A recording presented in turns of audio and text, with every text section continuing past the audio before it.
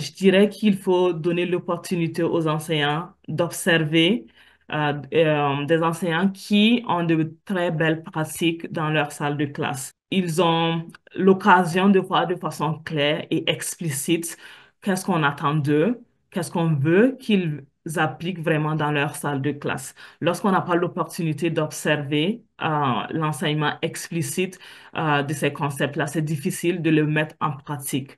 Donc, pour s'assurer que ces enseignants-là incluent dans leur pratique ce qui est attendu d'eux, il faut prendre le temps de leur montrer qu'est-ce qu'on veut qu'ils fassent vraiment dans leur salle de classe. Alors, au sujet des activités de perfectionnement professionnel que j'ai pu suivre, qui m'ont aidé, c'est le PIPNPE. C'est un programme du ministère de l'Ontario qu'on appelle PIPNPE, c'est-à-dire Programme d'insertion du nouveau membre du personnel enseignant, si j'ai bonne mémoire.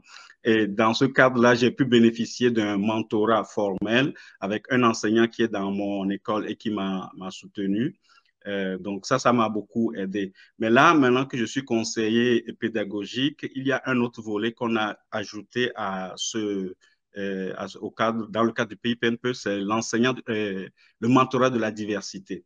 Donc, le mentorat de la diversité, bien sûr, on fait tout ce qu'il y a dans le cadre du PIPNPE, mais en même temps, on ajoute des notions de différence, disons, culturelle. Donc, on voit la différence entre la culture canadienne et la culture d'origine entre les enseignants qui sont issus de l'immigration, ce qui leur permet de pouvoir mieux s'adapter aussi. Donc, ces deux types de mentorat m'ont aidé à pouvoir m'intégrer ici au Canada. J'accueille des stagiaires. Donc, les stagiaires que j'ai accueillis jusqu'à présent, c'est des personnes qui n'étaient jamais venues dans une école. C'était leur première fois. Et puis moi, pour moi, mon objectif, c'était qu'ils se sentent bien dans ma classe. C'était pas forcément les mettre à la tâche, leur demander de préparer une leçon, c'est de se dire, OK, est-ce que je me vois à la place de Fatima? Est-ce que je me sens comme elle? Et c'est vraiment ça, moi, que j'ai eu comme impression. C'était quand j'ai rentré dans certaines classes, je me disais, je veux faire la même chose que cette enseignante-là parce que je vois les élèves, je vois comment les élèves réagissent, je vois l'amour qu'ont les élèves envers l'enseignante. Et puis, c'est ça que je donne toujours comme impact, c'est qu'on ne peut pas demander à un enseignant qui est directement issu de l'immigration de venir tout de suite enseigner au Canada parce que la différence est incroyable. Et c'est ça qu'il faut vraiment comprendre, c'est qu'il y a certaines personnes qui ont besoin de plus de temps que d'autres, ils ont les capacités d'être des enseignants, c'est juste que le système est un tout petit peu plus différent. Ils ont leur place, mais autour des élèves. Quand on est dans l'école, c'est important de s'engager. S'engager, ce n'est pas juste venir enseigner et rentrer chez soi à la maison, c'est participer à des activités parascolaires et participer à divers clubs et comités qu'on a dans l'école.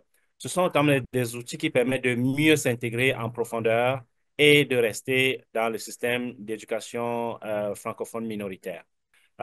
Travailler dans une communauté soudée avec des collègues qui sont gentils, une direction qui est à l'écoute, ça fait toute la différence. Proposer davantage de sessions de sensibilisation aux réalités culturelles locales, notamment sur les communautés autochtones. C'est la première fois que je rencontre des communautés autochtones dans mon métier. Donc voilà, proposer vraiment des ateliers spécifiques à ces communautés.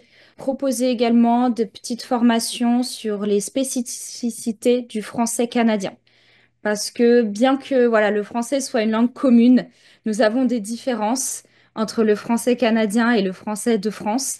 Le troisième point que j'ai noté, c'est voilà, de continuer à suggérer des ateliers sur les curriculums locaux et les attentes pédagogiques, mais de les proposer un tout petit peu plus tôt, c'est-à-dire dans les 2, 3 premiers mois suivant la rentrée scolaire, pourrait permettre vraiment à ces enseignants qui ont été formés à l'étranger d'avoir tous les outils nécessaires pour s'épanouir dans leur rôle d'enseignant.